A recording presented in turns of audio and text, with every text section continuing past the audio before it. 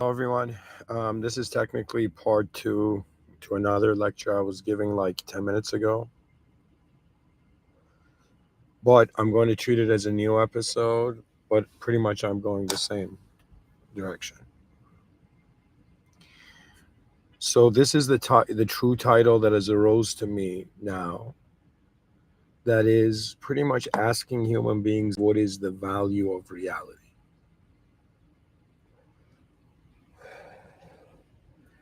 And in a previous lecture, which I didn't get to complete, and there were like technical difficulties and whatnot, I was talking about updating the system we were born in by noticing the crossroad to an advanced civilization.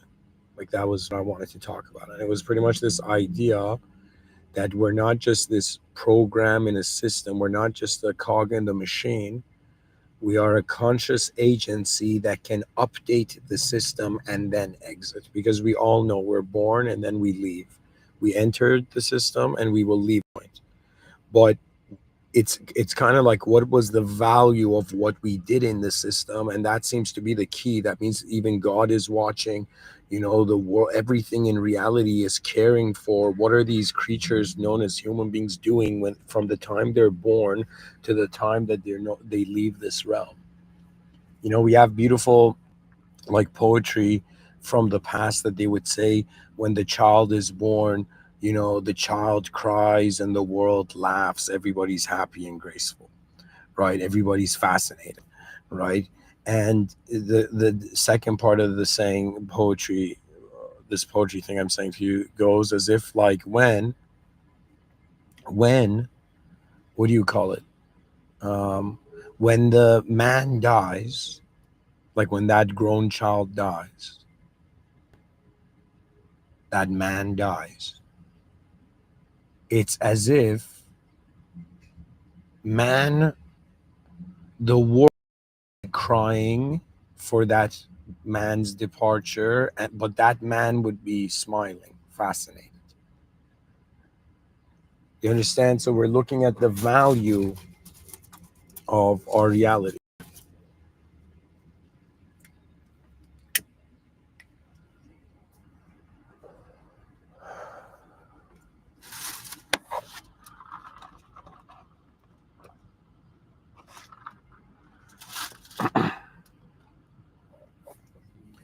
Where is this leading?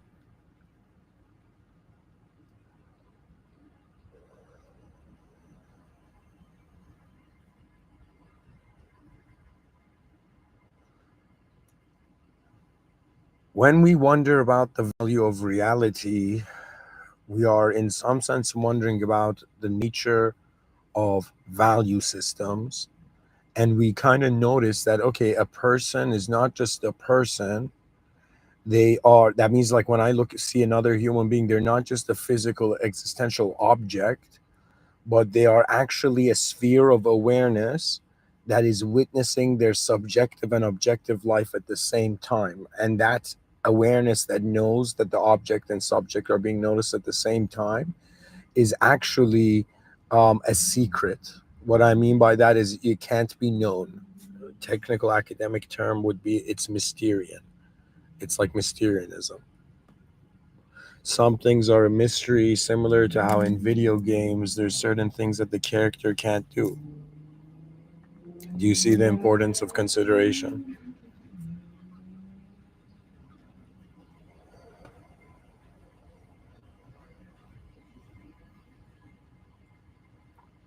Now,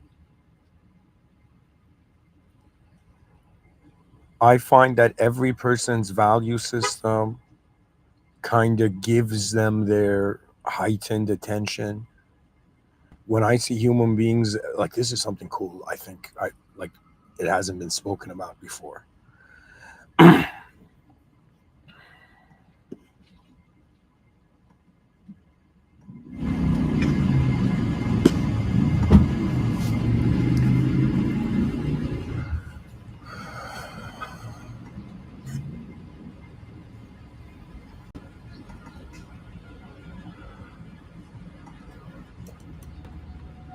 So, Bismillah ar-Rahman ar-Rahim, in the name of God, the most benevolent, the most merciful,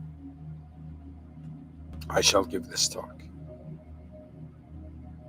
I acknowledge there's a higher power here.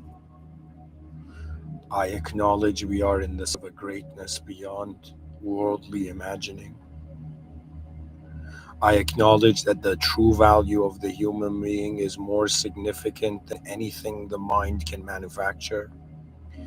And what human beings are kind of positioned, that means if somebody was like Mr. Within, you say life is a video game. Now explain what kind of video game it is. And the video game is kind of like you, like even though you're physically born, you don't have awareness of this, but you do at some point wake up in this physical life. That means you suddenly notice, and it's as if the brain has developed to a point where it can remember.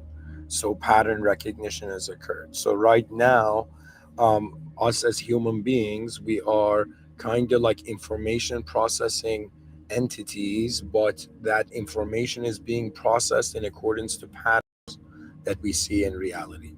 Now, as a human being that has been on this planet for 33 years, that means 33 times I've seen, the sun go around the planet, and people are like, with what eyes, man? And I'll be with eyes as wide as the sky.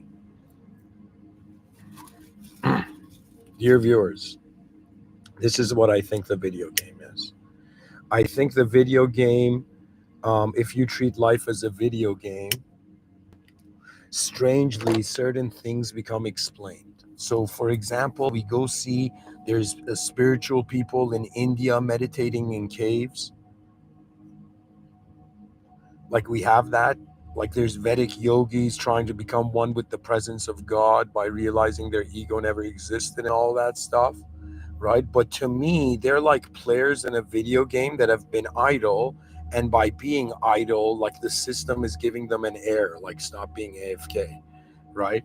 And there's so many human beings that think to be an advanced human being is to go AFK in the mountains, and then what do you think God's going to tell you? It's like, go back to humanity, advance the civilization that you were born into, update the system you were born into. This system has value more than anything anybody can say, right? Because the future has a say too. That means when I'm processing information as a human being, I'm like, okay, what did the past say?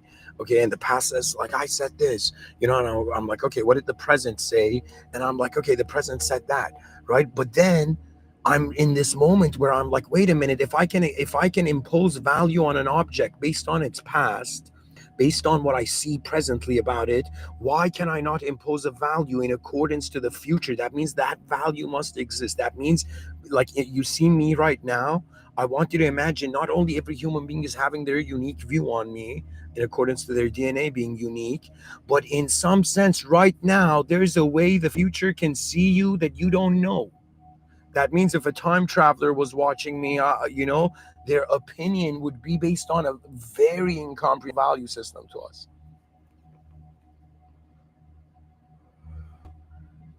You see, I've always had this feeling, regardless of the notion of the divine surveillance state, that I'm being the memory of my future self right now. And every moment of my conscious life is like, what kind of memory do I create for my future? What sort of pattern do I repeat that becomes more comfortable to repeat the next day?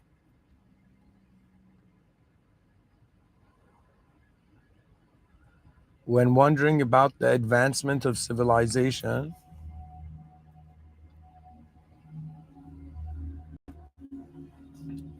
we're wondering about the nature of reality.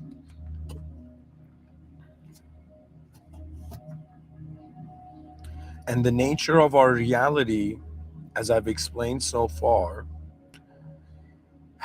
very simplified. It would be like, okay, a bunch of creatures opened their eyes and they were in a world that was pre-designed before them, right? They started noticing the designs, and the overwhelming information that hit the processor for the first time was so intense that the human being had to divide itself. The self that it never knew, excuse me, not the self that its unconscious self and its conscious self. Okay, and we in some sense kind of like how like in like old school Looney Tune movies, like the ostrich would like slam its head into the ground and like hide from seeing the fear rather than confronting it.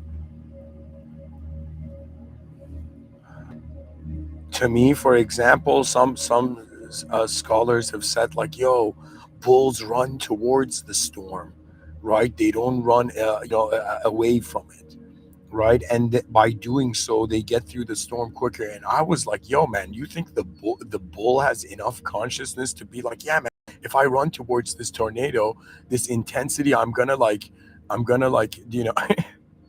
the bull is, how can I tell you, like a bull running towards a tornado is one of the most bravest, most gangster animals in reality, because the bull doesn't have that much of an IQ to think of an aftermath.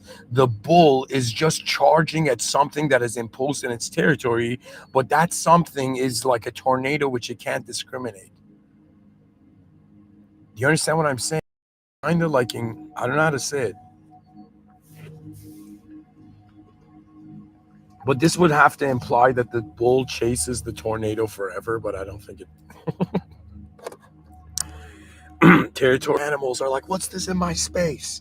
Ah, you know,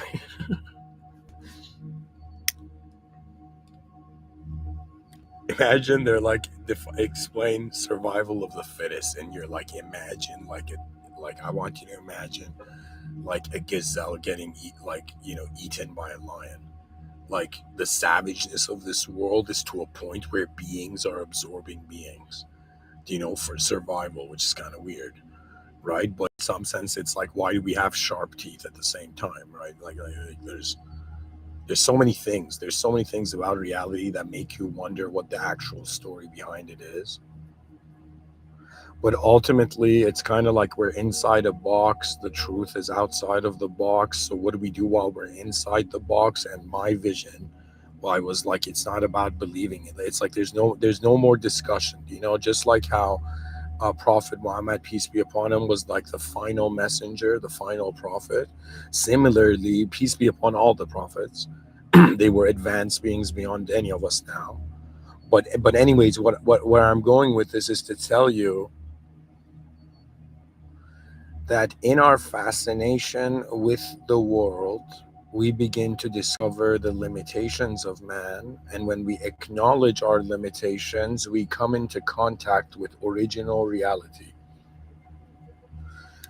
Because what desires are, our desires are kind of like, if desires could translate into sentences, like the desire, like imagine somebody desiring something extremely. That desire is like, yeah man, keep being distracted by the simulation so you ignore the original.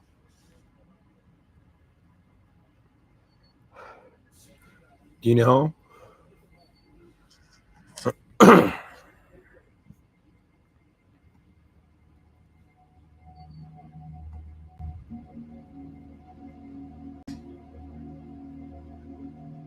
Yo guys, I don't know if this is better. Is this better? This might be better. So this is the car microphone, so let me know. Anyways, back to it.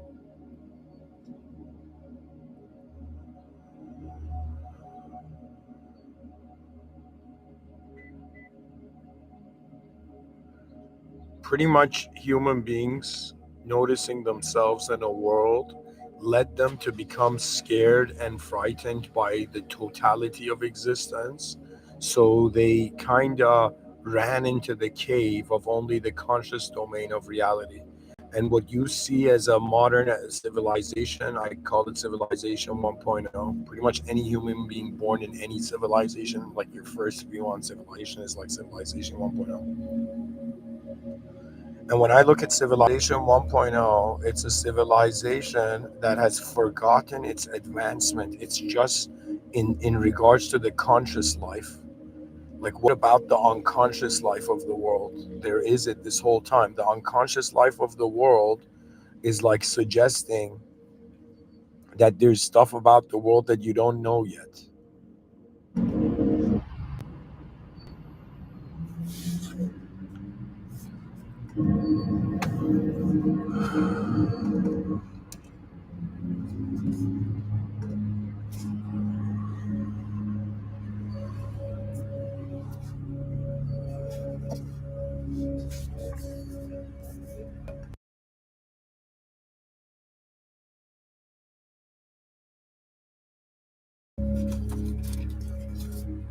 To go further here,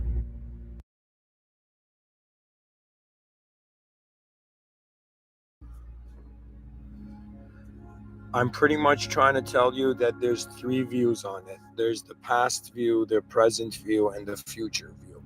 The present view, we have direct access to it. The past view, we have the most correct assumption of it.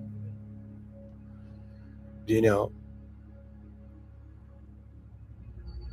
most closest thing to it. And then when it comes to the future is kind of like how the past is looking at the present, like what are you going to do, present self?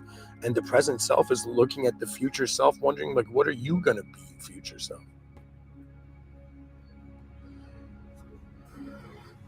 Like if myself from the future time traveled here, I'd be the first thing I'd ask, I'd be like, what did you mess up?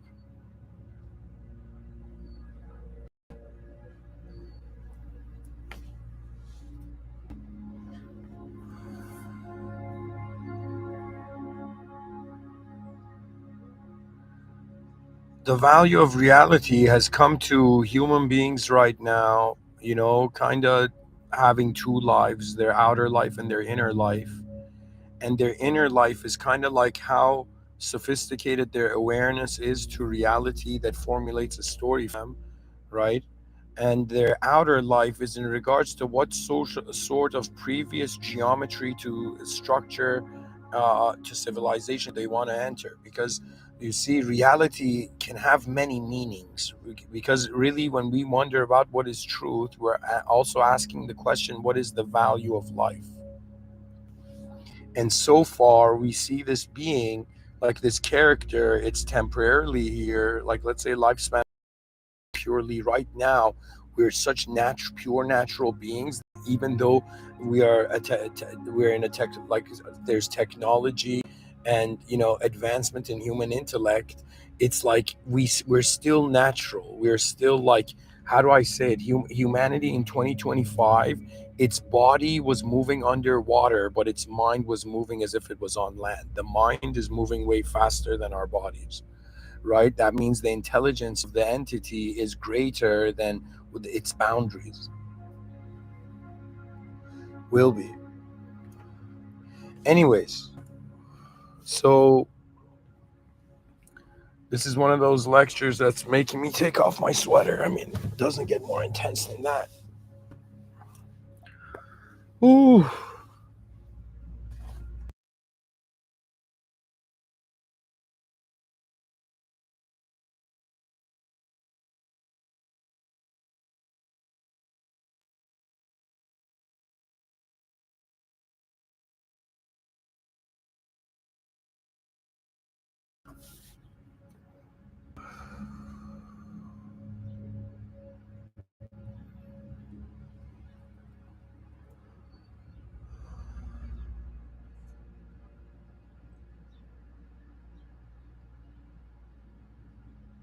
We've opened our eyes inside a system. We are a type of code in the system. Every person, by having a unique DNA, is a different kind of code.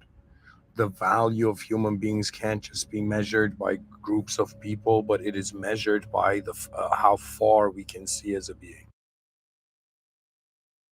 That means if they told me to like, if all of humanity was an army and they told me go give a speech like a general, right? I would just come up to humanity and I'd be like, guys, why do you think we live for tomorrow? Why do we care for reality? And in some sense, it is to expand our domain. This is a built in urge. That means it's not just like the lion has a territory in the forest, the lion is expanding its territory. Consciousness that moves reality is territorial too, but because it's an advanced system, we can't use lower dimensional metaphors for it. Like I can't compare like a squirrel to like a human being, right? In the sense of like having a capacity to acknowledge an intelligence more than itself. Like you see, the genius, if they were like, what's genius about human beings? And the answer to that is very remarkable. It's that they're aware that they're aware. So technically, it's three layers. So what that means is you're aware you're being an object right now, like your body, but you're also aware, like if I tell you, think of an apple or visualize an apple, right? Like where that visualization is external to the visualization, you're aware. So it's kind of like, even though your body is physically existing in the physical world room consideration, right? Your mind is existing in an invisible room. It's like there's another room overlaid on this room where we can imagine. Like it's so bizarre. One of my greatest mysteries has been like, where is my imagination happening? And it's so bizarre because you reach a point where you're like, okay, is consciousness simulating reality, or is reality simulating consciousness? You know? And if you go the route of consciousness, you will reach a state of being where you will start treating your body as the world, but it's a disembodied, non dual state. You understand? Means is that consciousness arrives to itself through a design. The design is kind of like the clues are all over the place.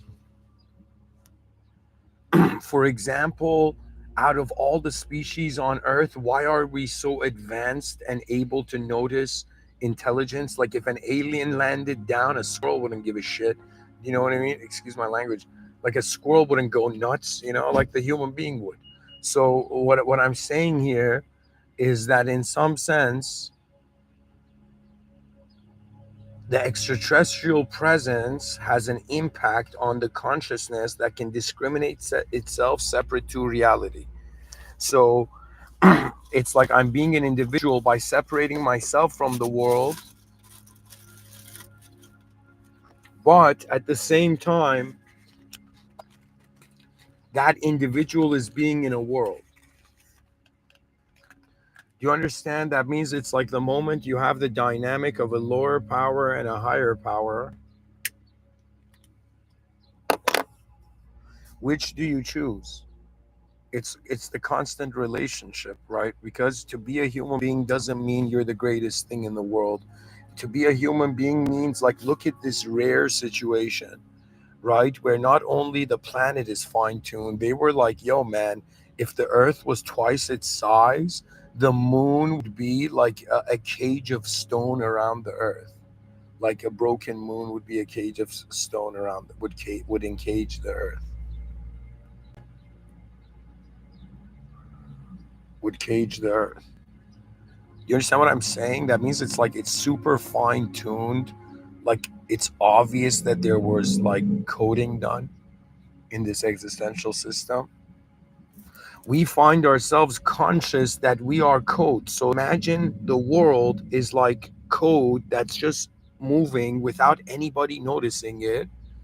And somehow we are the ability to notice code. We are an ability, we are a type of being that can become conscious of itself. That means to me, like, there's the idea of embarrassment. Now people are like, okay, embarrassment, what a shame, low value is a status in society. But from another angle, compared to an advanced activity, it's like it's the ultimate proof of sanity. It's the ultimate proof.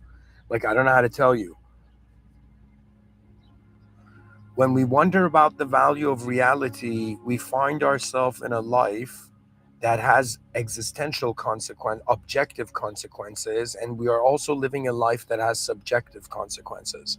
And scholars in the past have kind of described it like this: that, yo, man, there's a difference between the brain and the mind. The brain, in some sense, is kind of like the projector, but the mind, the film that it's projecting, is too unique, too rare, and how thoughts arrive and how attention shifts in the moment, it's obvious the world is being administered regardless of how a human being administers themselves. So this is key.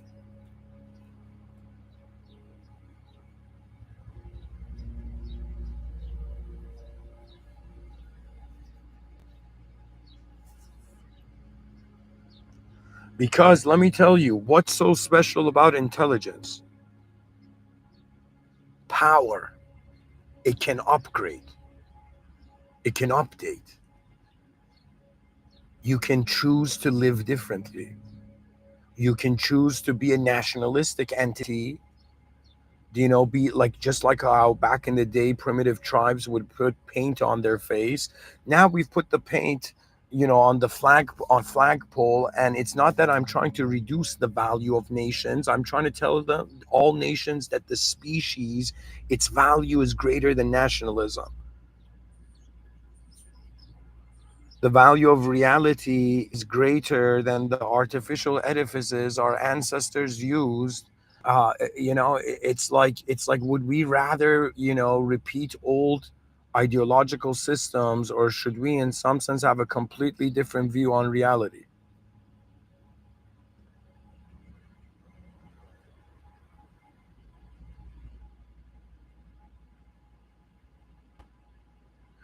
Ultimately, I said the metaphor of a general and army kind of situation. Let me tell you something about this. In what war is by perhaps intensity and confrontation. So when you,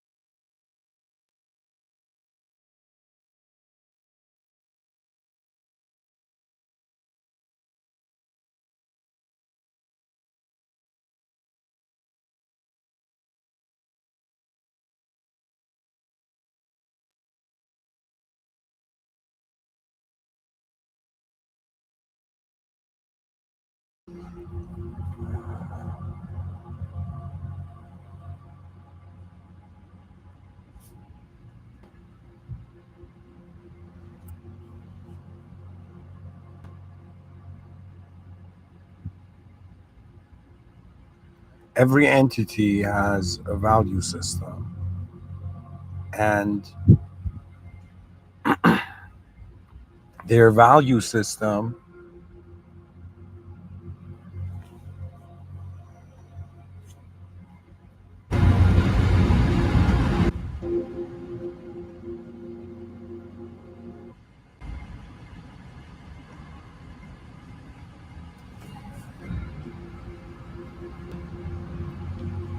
is their motivation. Everybody is looking to see what else can they find that they haven't found before. It's like the human being is an advanced being, but ultimately it's an ideological pattern. Like, there is, they would say something as telekinesis, right? Or telepathy, like an ability to kind of see something, to see people's thoughts or hear people's thoughts or to know them somehow. Well, guess what? Like, you don't need telepathy to understand that entities are functioning in societal systems. There's cultural factors. Like, when you look at a human being, to be honest, the question you're asking is, what sort of neural patterns are repeating in this entity? And what, when that entity looks at the world, what is the true value they see? What is the immensity of reality? What is the value to a spectrum of having the top of a hierarchy, or in some sense being at the lower end of a hierarchy? What does it mean to be a human alive in a world when civilization is still behaving like a fragmented child That means rather than us having the maturity as a global humanity to acknowledge, all right, we're all, when we look in the mirror, we see our membership in the human species, right? So what that means is that you're a member of this human species, and of course, survival has perhaps cornered you into believing that reality is just about how what happens to you. But if you understand that you are a human, so it means you have an association with the presence of the type of intelligence that is governing Earth right now. Do you know what I mean? That means, like, if an extraterrestrial lands on Earth, it's not going to go and talk to, in some sense, what do you call it? It's not going to go and talk to like a squirrel. Do you know what I mean? It's going to come to, like, who's managing Earth, which is humans, right? And how we're managing it is by having an ability that we're all acting like we don't. Like, people are like, I don't believe in the unreal. I don't believe that. It's like, that's not real to me. Guess what? How real is reality? It's not that I'm trying to say, I'm trying to defocus you from a frame that you have accepted because your forefathers did, but I'm trying to tell you, oh human being, no one like you has ever existed. And what does that mean when there is patterns looping? Do you know what I've understood about the past? Like, let me tell you, they say like old people can't be cruel, but let me tell you, there's a cruelty of how, and somebody holds on to shackles, attaches shackles to others. Do you understand what I mean? That means it's like the past is trying to live towards the future egotistically. Because it's trying to do that, it's trying to grab onto modernity like a person that they're drowning in the sea of time. Do you know what I mean?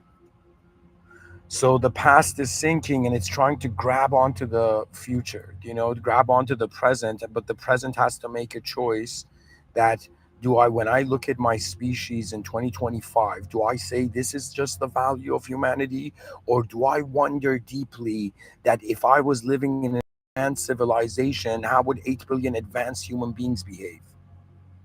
Let's turn it up a notch. Let us wonder about how fascinating it is that the idea of advancement exists. To me, even egotistically, the conclusion comes to God. God is such a profound notion, right? That just the idea of a system admin, which in some sense is so powerful, so beyond conception, that it's like the words can never be the speaker, right? And so existence can never be the creator.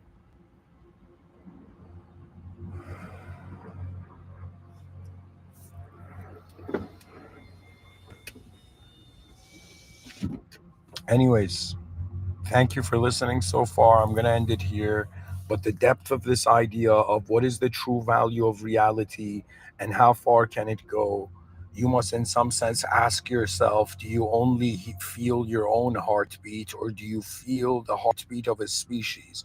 A species that they have distracted from its true unified potential. The unity is not like, yo, man, we all agreed to the same thing. The unity is the realization that we are all members of the human species. I don't care how stupid or intelligent you are. I don't care how, in some sense, honest, dishonest you are, how, in some sense, smart or stupid you are, how good or evil you are, or whatever you are, right? Do you know what I mean? Whatever kind of human being you have, if you are still, advancement of civilization calls upon you. And it is a responsibility that, in some sense, how do I explain it to you? It's a type of responsibility that is there by the nature of your design.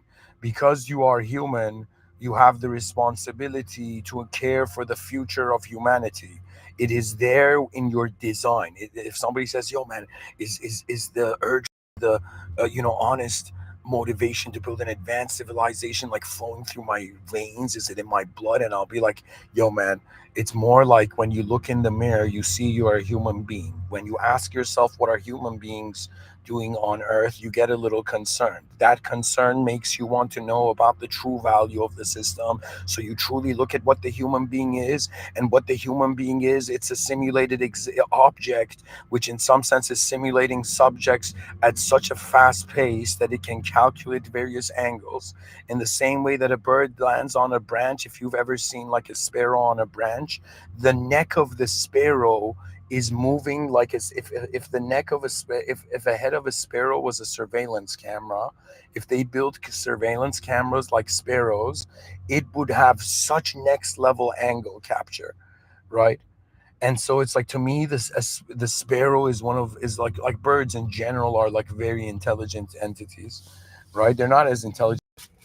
Any entity that doesn't have hands is like a lesser class that needs to be considered.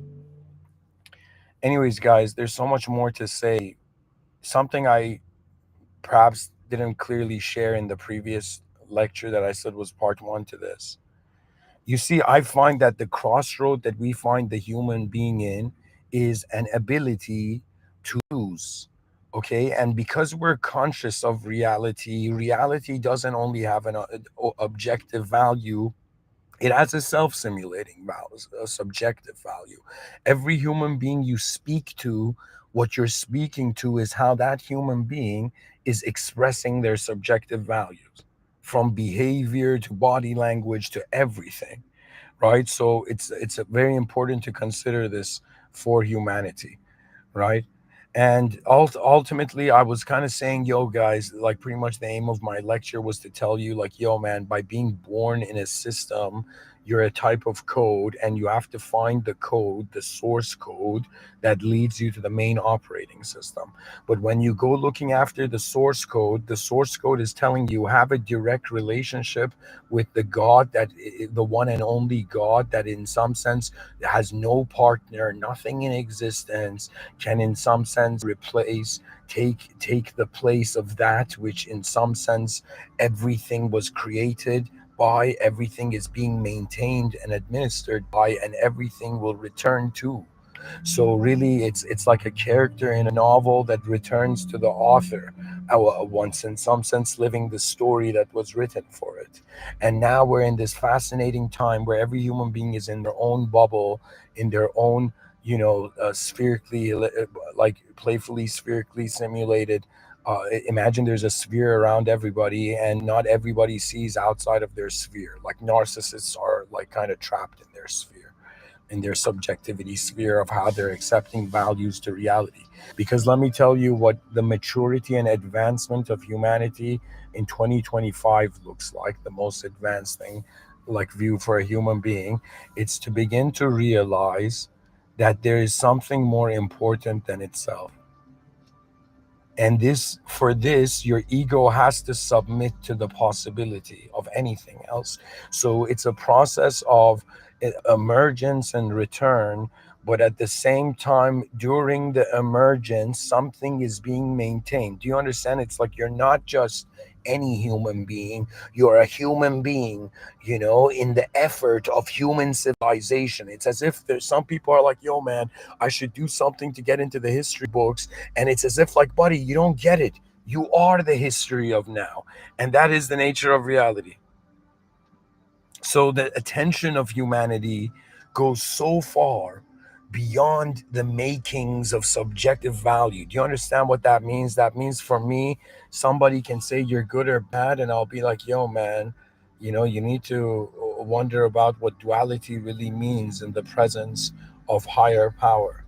I mean, it is a dualistic relationship, that of like lesser with higher, but in some sense, the presence of the moment is an awareness to being, and this awareness to being moves beyond our subjective dominion.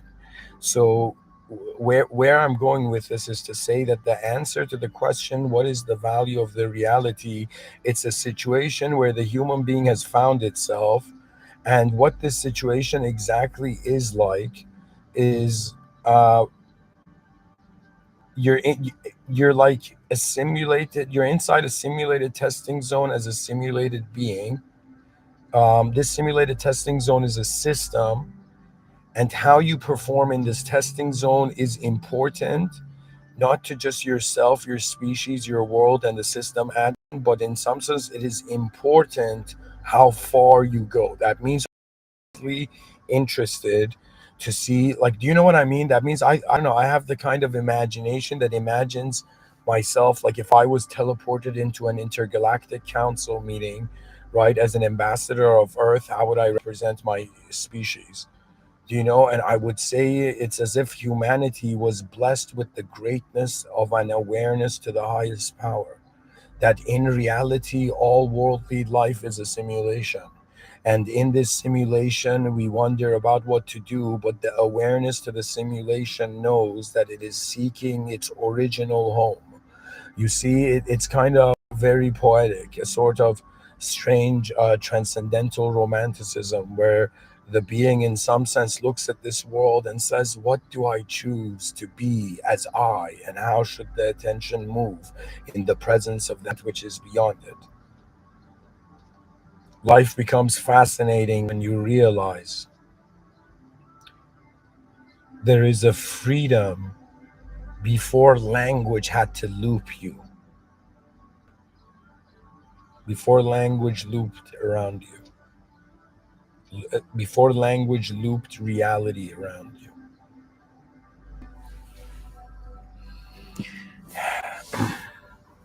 Me, I'm kind of like, okay, what are the four? This is Mr. Within's four levels of human responsibility.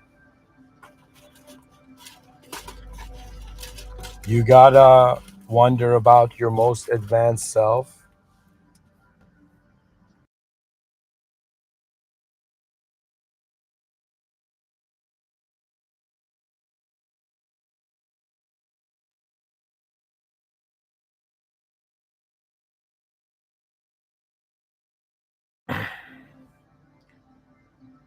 And your most advanced self most likely is aware of the most advanced power. So for me, my most advanced self is how advanced my creator, the system admin, has allowed my presence to be. That means it's like the person's like, yo, man, who are you? And the guy's like, yo, man, don't you see my suit? Don't you see my private jets? Don't you see all that I own? I'm a trillionaire. That's who I am. And then you ask the person, but wait a minute, man, is that really who you are? And the question goes beyond whatever ego Iron Man suit we choose to live in to feel comfortable with an unknown world. But it's the recognition, the true scholarly achievement, that all knowledge returns back to the deep mystery of being. And in the presence of the mystery of being, like if a human being can look at, if a politician looks at an ant and the politician says, if a politician looks at an ant and the politician says, sorry, uh, the politician starts explaining political situations to an ant, the ant cannot even notice it, perhaps only noticing that suddenly there's a shadow. Do you understand what I'm saying? That means like our awareness of what we think is divine is like the ant noticing again the contrast. And what advanced intelligence means is to become aware of the most advanced. That's it. And the most advanced is the system admin, and the system admin is the realization that you're not in an empty world room. You're on a stage where you are an audience member, where the species is watching you, everyone who has ever lived and will live, where the world, every being in the world is watching you, every class, every moderator, level, dimension in between. And ultimately, that which in some sense created all of it, that means the most important audience member is God. Then it's like the human species, then it's the world, and then the human species. We gotta honor these higher levels of human responsibility. Anyways, thank you for listening. Bismillah ar-Rahman ar-Rahim. In the name of God, the most benevolent, the most merciful. Alhamdulillah Rabbil Alameen. All praise due to the Lord of the worlds. Rabbi Gfirli. May God forgive us for the mistakes that we're conscious of and the mistakes that we're unconscious of. Auzubillah shaitan rajim. May God protect us from the cursed one and unnecessary ignorance. Ihdina sirat al-mustaqim. May God guide us to the direct path. May the most advanced guide humanity in the most advanced way. That means in the graceful view of our Creator, the creation expresses its most advanced, greatest possible, best performance. It's like the prayer of a species for the greatness that it can truly show the world. That means it's as if, like, humanity has still to display its great performance in the world. We're part of it now. We're building it now. Thank you for listening. Have a great day.